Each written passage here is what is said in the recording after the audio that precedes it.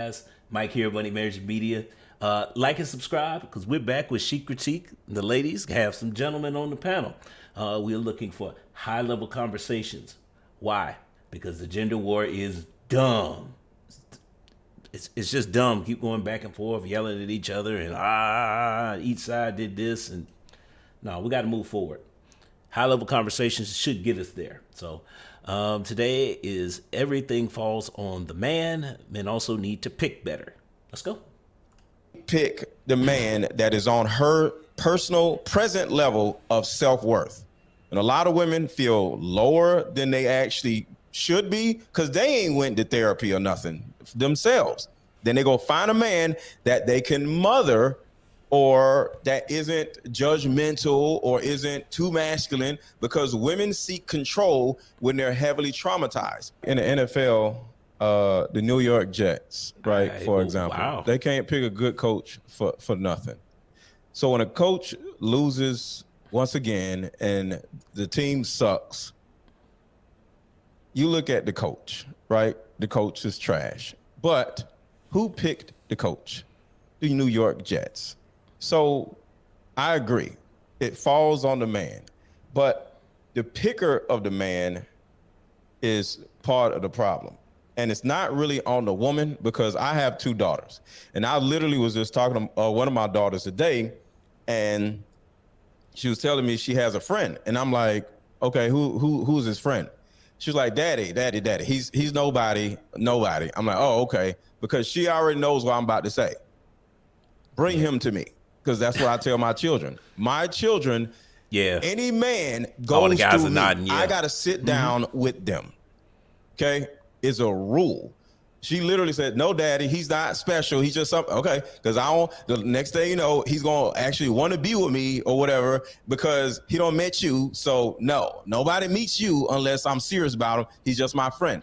So my kids know they don't pick no man. I pick the man. She brings them to me, and it goes through me. So the picker of the man has to be your daddy, your uncle, or some male in your circle. Women don't need to be picking no man. I actually agree with him. But side note here is, does that are we looking at the origins of the friend zone? I don't know. I mean, because he's just my friend. Okay, well, how's the guy benefiting in that friendship? Because y'all ain't doing nothing, clearly.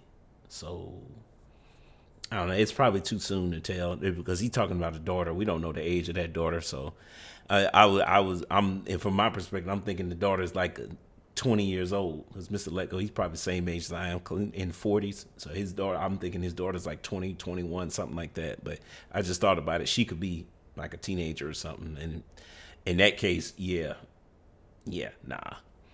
So, because y'all gonna be like the New York Jets out here picking trash man after trash man, and y'all ain't never gonna make it to the playoffs because y'all keep picking these terrible coaches. So the New York Jets and women need a man to pick a man to lead them. If not, you're gonna continue to be looking crazy, just like women and the New York Jets. So, Mr. Lecco, I wholeheartedly agree with you all the way down to your sentiments about the Jets. But here's where it starts to fall apart for me, right, in terms of rationale.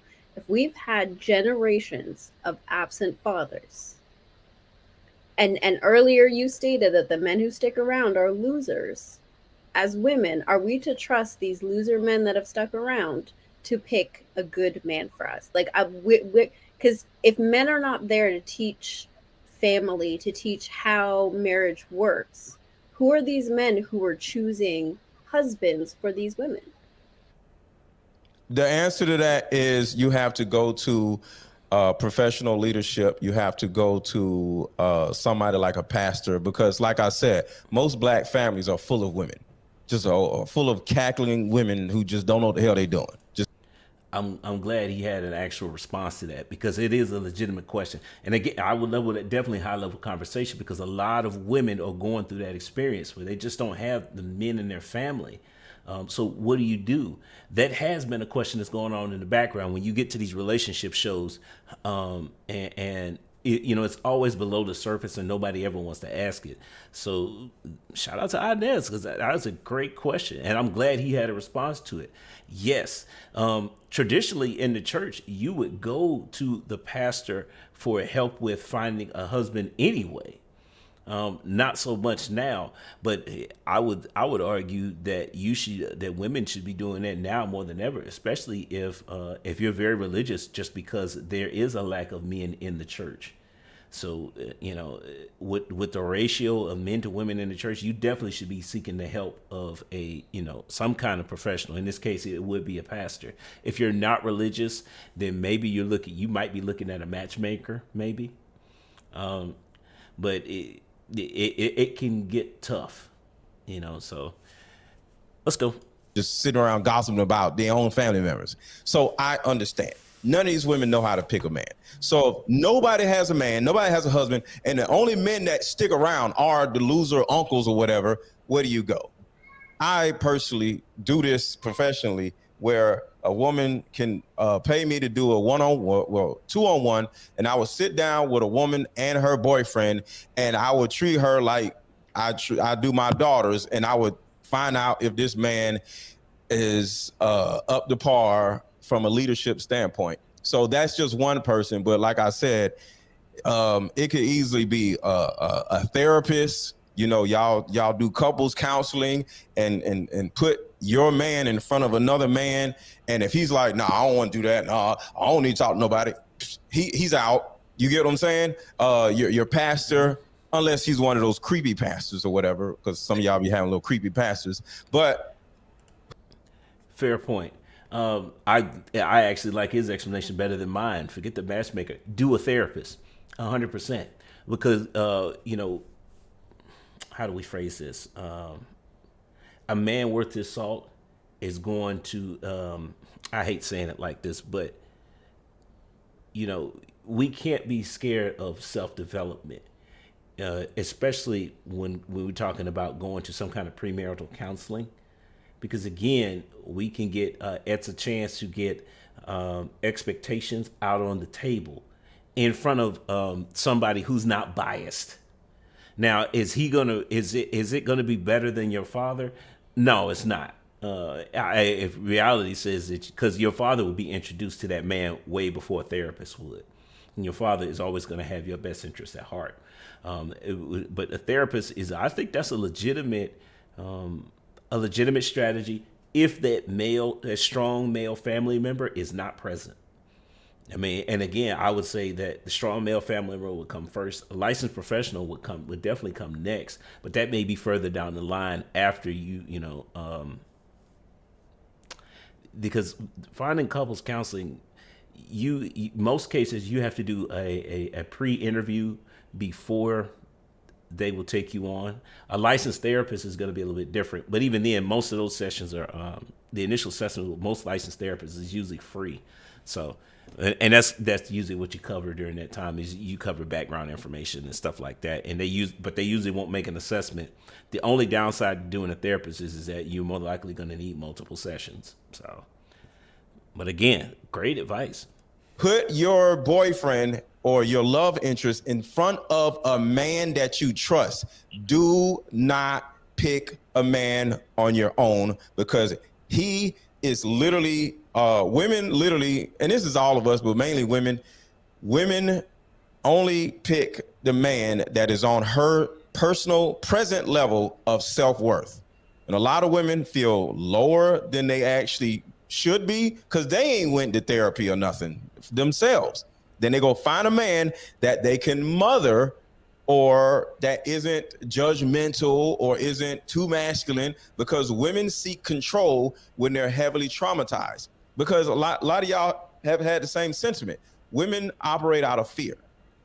I say this all the time. Women don't necessarily have beliefs other than God, stuff like that. But as far as anything past religious beliefs, women don't have beliefs.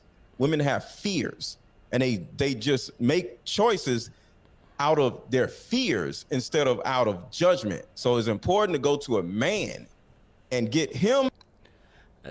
I'm usually I don't agree with Mr. Let Go, and he just went on Like, I understood that completely. That made sense.